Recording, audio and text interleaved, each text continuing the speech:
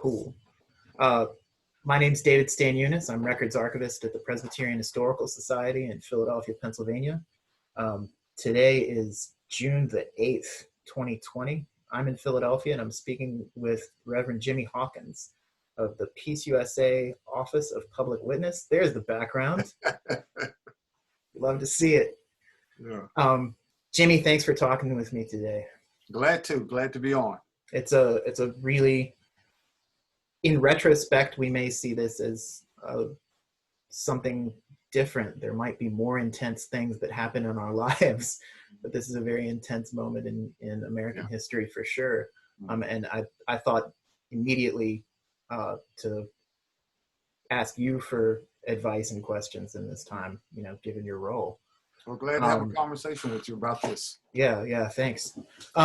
So one of the current kind of demands of protests throughout the nation is around the hashtags defund the police and defund to abolish. And this is something that is not in line with kind of like ancient Presbyterianism, right? Like the Westminster Confession is actually really deferential to civil magistrates. The chapter 23 says it is the duty of people to pray for magistrates, to honor their persons, to pay them tribute or other dues.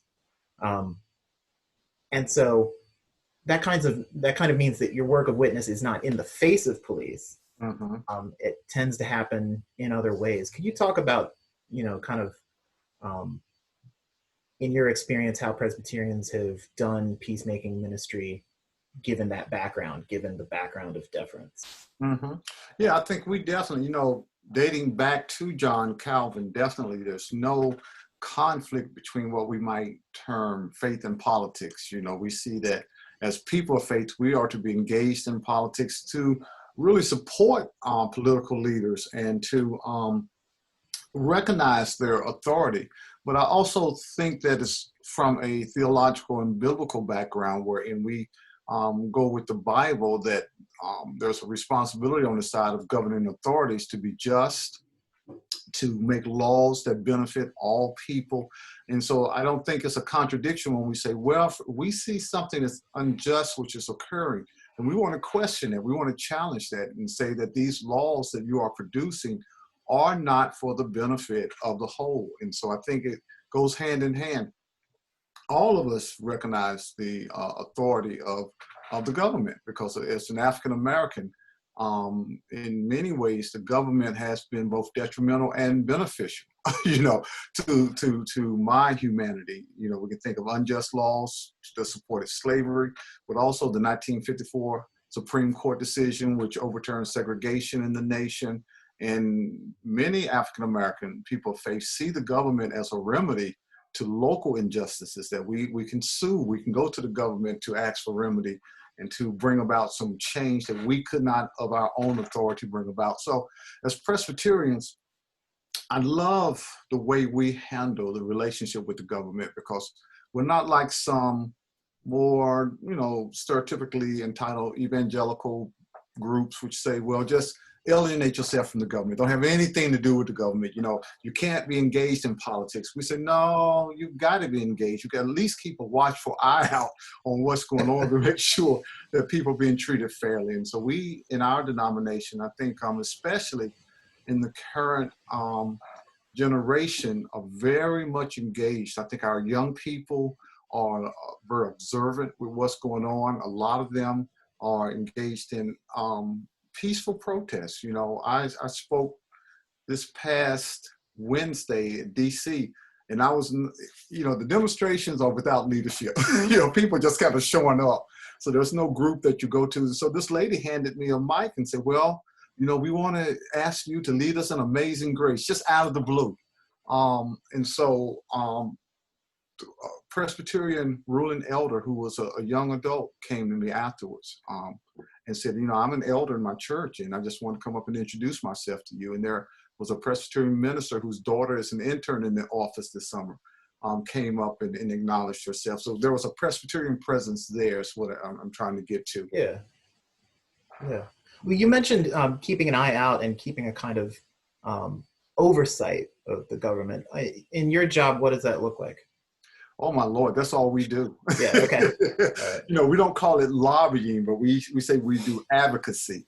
Mm-hmm. We're basically in trying to do it, looking down the road to see what's coming, what legislation is coming, because, you know, once a bill is passed, it's hard to undo a bill, but to try to sway members of Congress in particular to vote a certain way in line with the social witness policy positions of the denomination. We are against capital punishment. So if anything comes up to try to overturn capital punishment, we would do advocacy against it, talking to members of Congress, trying to find out where they stand to support those whose positions are in line with the church, and to really try to influence those whose positions are not in line. And it can be very gratifying.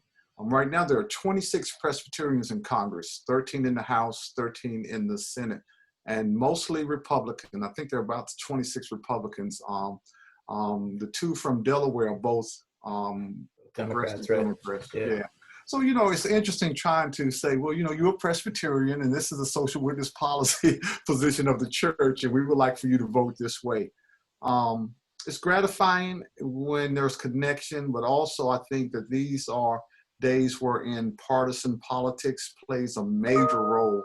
And I would say people are very concerned with trying to get the endorsements of their party more so than trying to put forth legislation that's common sense legislation.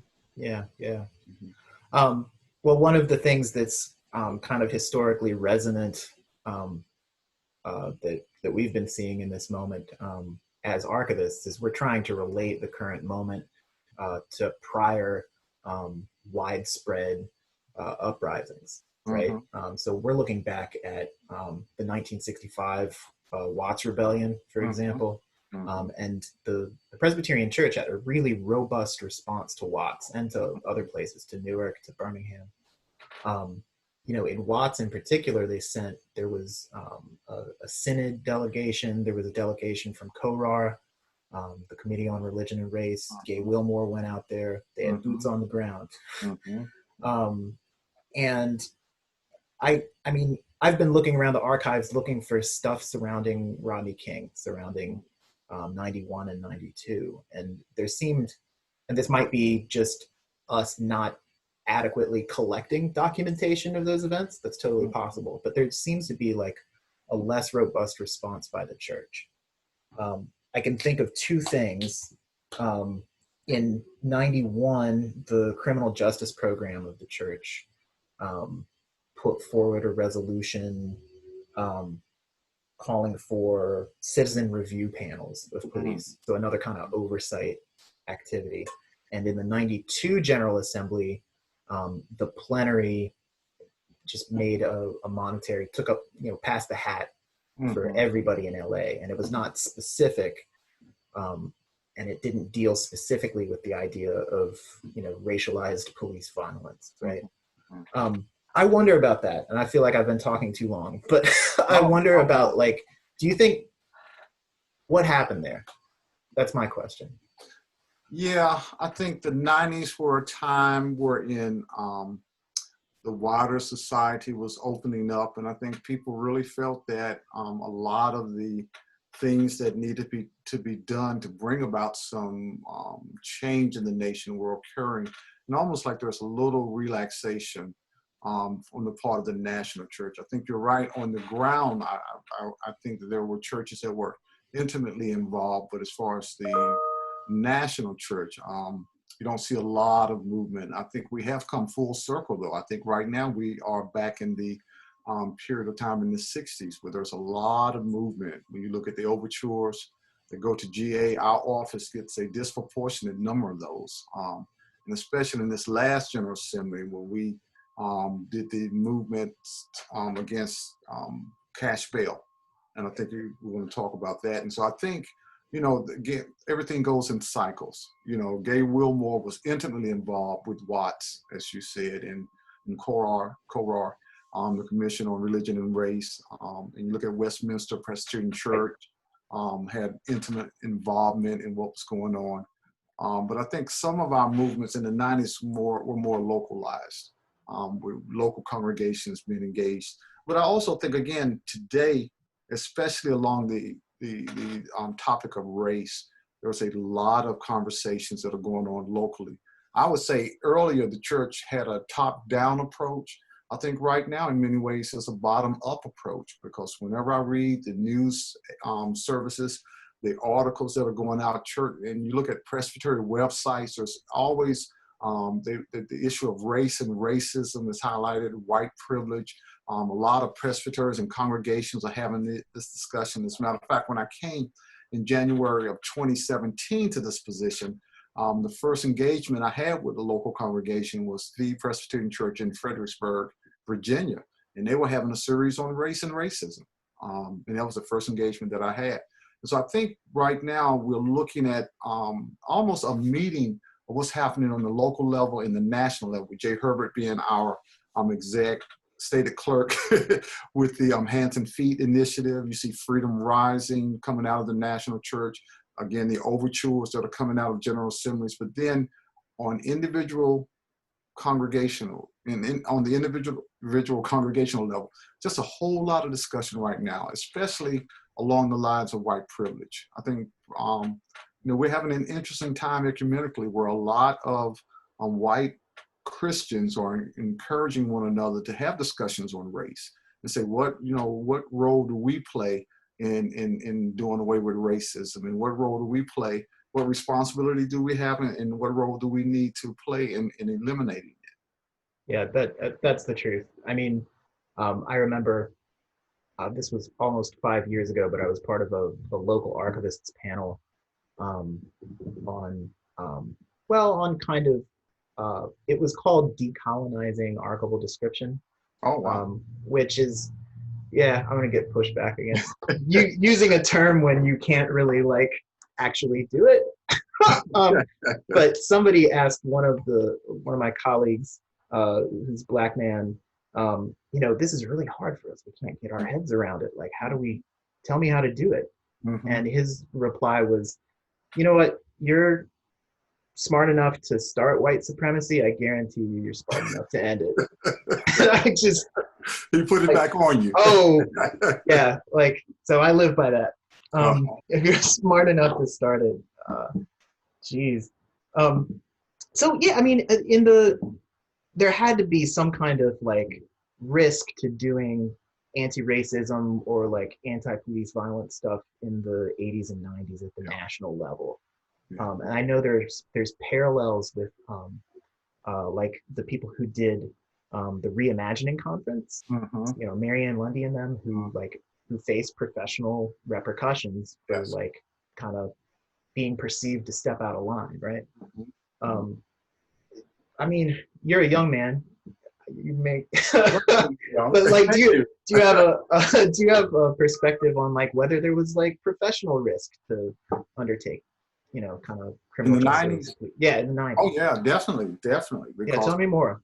Yeah, I just think that the country was not where it is now, and a lot more resistance to being called a racist. A lot more resistance to criticism of the government. A lot more resistance to, I think, on the part of white Christians to say that there are some systemic existences of racism in the structure of the country, in the government, in everyday society, in the schools. We've come a long ways. But I do think that people tread it very carefully, and especially clergy.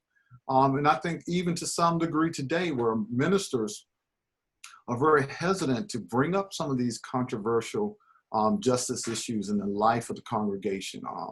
I hear a lot of discussion where we are a purple church, or I got an email today, we are a red church, or we are a blue church, and we even define ourselves politically. And I think what we're experiencing now is nothing according to what it was in the 1990s. It sounds like it was a pretty progressive time, but think about it. The 60s had the civil rights movement, 70s you start seeing some government actions, and then the 80s you start seeing some lessening, you have affirmative action going on, but the 90s is a part of that continuum. It's not 2010 where there's absolutely some change, where you have Barack Obama becoming president of the United States and during that era. So I think in the 90s, it was more of a controversial move to talk openly about race and racism, and really issuing charges of racism at the church. It was not well received. There are more, I think the silence speaks for itself, you know, and if you're doing something, then the actions speak. If you're not doing anything, the silence speaks, and there's a reason for that silence. Right, right. Silence speaks for itself. Mm-hmm. You mentioned this earlier, but one of the kind of things that I've learned from folks who are involved in, well, who are specifically Christian and interested in police abolition and prison abolition, is that the end demand is not something that they anticipate seeing immediately, right? Mm-hmm. Like with any movement, there's the thing you want, but there's intermediate steps. There's transitional demands. Mm-hmm. And you mentioned the elimination of cash bail, and you know, I feel like we were both in the march at the last General Assembly around St. Louis, right? Can you talk a little bit about the effect that cash bail has on Black communities and communities of color, and how it is kind of a part of systemic violence against people? Yeah, it's criminalizing not only being Black and brown, but being poor in this nation. Research shows that there are only a few so-called developed nations that have cash bail. And most of Europe, most of the developed nations in the world don't even have that type of system wherein you basically have to pay to stay out of jail until your trial comes. You know, basically the understanding is that, well, you pay this money, it's going to almost guarantee that you're going to show up so you can get the money back. But studies have shown that people show up pretty much to the law in the same percentage numbers if they don't have any type of cash bail, that people show up for trial. DC abolished cash bail over 2 decades ago, and it's really leading with most major cities as an advocate for the elimination of cash bail. And some DC studies have shown that their return rate is as high as states with no return, that have cash bail. So what happens is that, for example, in St. Louis, if you cannot afford to pay your bail, then you stay in jail. And they have a workhouse that they take people to in order. And so it's debtor's prison is all that it is. So as we look around this nation at this system, it does lead, it's a form of violence against the poor and against people of color. And again, I think the most apt demonstration of that is Ferguson, Missouri, wherein they were raising $2 to $3 billion a year through charging these fines, which would just disproportionately grow if you did not pay the initial fine for running a red light or having a cracked tail light. And then eventually you would wind up being arrested and stay in jail because of something that you really should not be criminalized over. So what's happening with cash bail, I think that it is something that we need to eliminate because I go with the understanding that it's war against the poor, it's economic war against the poor. And again, it's criminalizing people for being unable to pay an amount of money to maintain their freedom. And I'm really proud of the actions of the Presbyterian Church. When you look at the other denominations, we really are pretty much in isolation in challenging our denominations to work for the elimination of cash bail. That same week that we had General Assembly, the 223rd General Assembly, the Unitarians issued a statement that week, but no one else did what we did. Had, you know, the large march that we had downtown to the detention center, taking the checks for thousands of dollars, and we immediately began to bond people out of jail that day. We're going around talking about the elimination of cash bail. I was in Orlando Presbytery. It was probably maybe 3 months afterwards, the General Assembly, and they had members of the Presbytery were talking about setting up a committee within that Presbytery to challenge other Presbyterians to work within their congregations and within their presbyteries for the elimination of cash bail. It's I'm glad that you brought up the example of Ferguson and um, the police department there essentially, using bail as a revenue center Yes. that's prevalent around the country. And so the kind of uh, the elimination of cash bail is actually in a lot of smaller localities a means of actually reducing the funds that the community spends on policing. Yeah. Yeah. Yeah, And yeah, the only people opposing it right now is the bail bond industry. They mounted a huge campaign in California, hoping to convince the legislators to allow the people to vote on it after the legislators had already decided to eliminate it starting this year.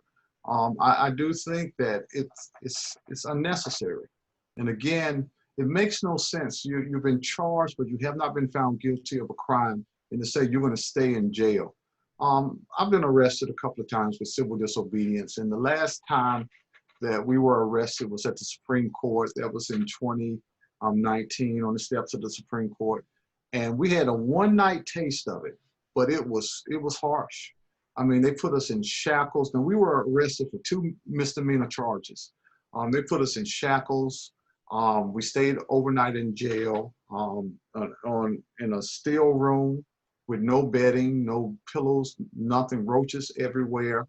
You get a bologna sandwich to eat, and Kool-Aid, a little cup of Kool-Aid for dinner. And so we have, not only with the cash bail, but our entire criminal justice system is so punitive right now. There's no sense of rehabilitation, of helping people to turn their lives around. College programs have been cut. You used to earn a college degree in prison. And Michelle Alexander, in her book, The New Jim Crow, does an excellent job of just kind of documenting the change in this country, where up until the 70s, we really believe in rehabilitation, that prison was an opportunity for people to turn their life around. We had around 300,000 people in prison at that time.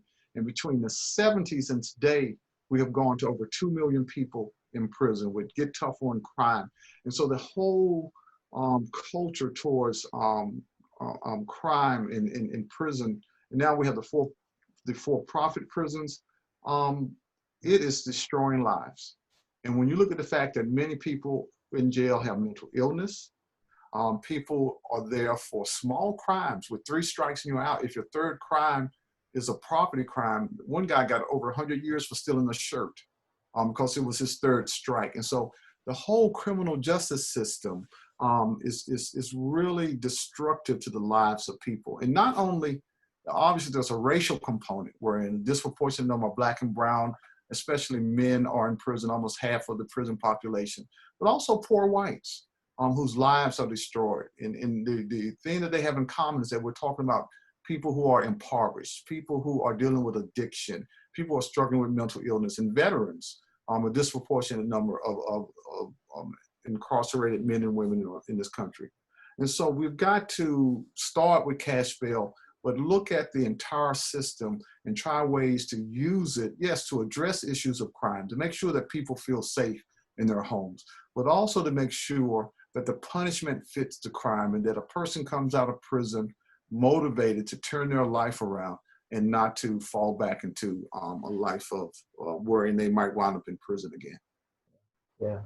It's one of the things that should be of special interest to people in my field, library and information science, is the number of restrictions on allowing prisoners to be educated and to continue educating themselves. A lot of prisons in Pennsylvania have shifted over to assigning imprisoned people like their own iPad and allowing them like 3 texts. Mm-hmm. The capacity to send free reading material to imprisoned people has dramatically declined. And there's those assaults on basic dignity. Yes. Right. Yes. It's become a money-making. Exactly. And I understand that even to make a phone call now, some companies are charging both sides. The prisoner has to first purchase a calling card, And then you also have charges that the family members. And then, I mean, it's just insane the things that are happening in order for money to be made. And there are millions of dollars been made with this for-profit prison industry. And it's insane and detrimental to the well-being of the entire nation. Yeah. Well, one of the things that I keep coming back to, like seeing what's happening in my city, is, where does this lead? Like, I think I see ordinary people beginning to ask themselves really kind of elementary questions, like, why does my small town police department own a tank? Where did they get that tank from? What do they think they're going to do with that tank? Well, it comes from the military's 1033 program. And you begin to ask yourself, okay, what is that? Well, why does the US Army have such a huge surplus of tanks that it has to, it costs them money to store them. And so they offer them as tactical vehicles for law enforcement. And I think that once you begin to spool out those questions, I think it's hard to avoid landing in a place that you didn't think you were before. You might think of yourself as someone who values military spending, but once you spool it all the way out, you think, well, what happens next? Is that too optimistic a take, or like, what do you think is going to happen with this defund the police? Defund the police, or just, do you think it's possible that people who are kind of like nominally in favor of things that protesters are saying, like, it's very easy to put a Black Lives Matter sign on the window of your church, right? There are people who kind of intrinsically agree with you. Do you think they're going to get led to conclusions they didn't expect? Do you think there's like a new pacifism that might happen? I'm hoping so. I think I'm echoing what a lot of people on television are saying, is that this one feels different. This one feels different. I watched the Democrats, members of Congress today, from the Senate and the House, talk about the bill that they are putting forth now. More federal oversight on policing. I think that when you look at the individuals who are demonstrating, it's a different makeup. It's really a rainbow mixture of people who are coming out, but especially young white youth and young adults are hitting the streets.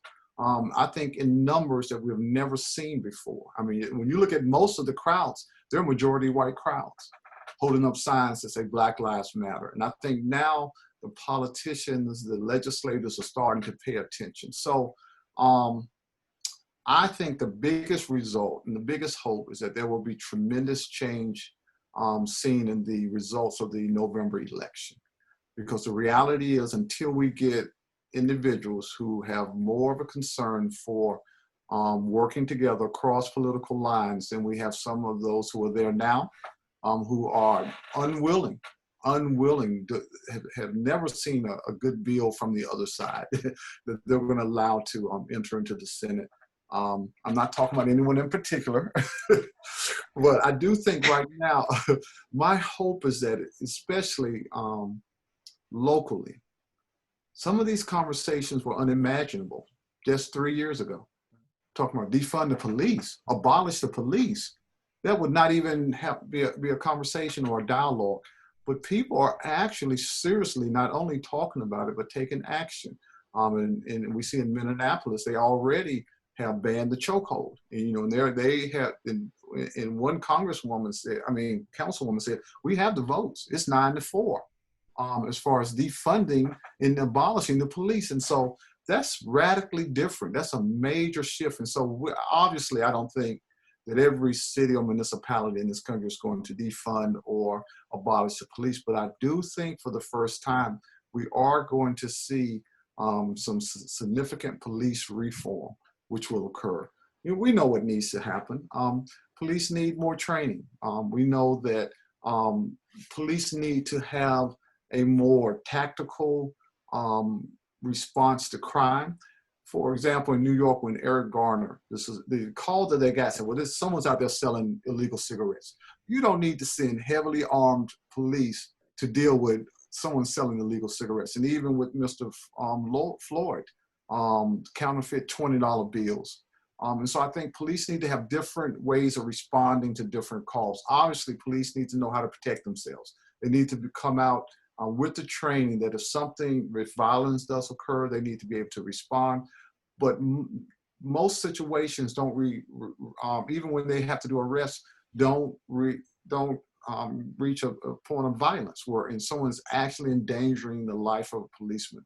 I do think policemen, some departments have people who are trained to deal with individuals with mental illness. I think every police department needs to have individuals come, you go with us so that you can de-escalate the situation. Oftentimes dealing with Black and brown people, they escalate the situation. They make it worse. They're very defensive, and a common gruff response to a question they ask can cause them, I think, to step up in a manner they don't necessarily need to. So, you don't need to prove that you're a policeman. You're in charge. And I think oftentimes there's this part of the culture is that, don't let a situation get out of hand. Make sure they respect your authority. Well, I think that needs to be challenged. And obviously with more civilian oversight as well. I'm a big believer in civilian oversight of the police. I think the police do not want it. But they're unable to police themselves. No one can, no agency can. You always have to have someone who's there, who's going to help to police yourself. And I think that's wise. And so I think that we've got to make ways in which the police don't feel that they're constantly under attack, always being criticized, that all policemen feel that they have been told that you're a bad apple. But they need to make sure that they're dealing with those within their departments which have charges which are mounting over years, charges of aggression, charges of violence. And I think there's some common sense pieces of this legislation that the Congress is proposing, in that if a policeman gets in trouble in one area and gets fired, this other agency in a different city needs to know of his or her record, so they just don't switch cities and get a job. It's common sense things that we need to do. Yeah. Is there anything else that you would like to talk about in this moment? Well, I'm just very optimistic with where we are. I hate that because of the death of Mr. Lloyd and the other individuals who have been killed over the years that brought us to this point. But I do feel that the nation is at a Kairos moment, what we call that moment in time when something unique can happen, when the Spirit of God is moving in a new way.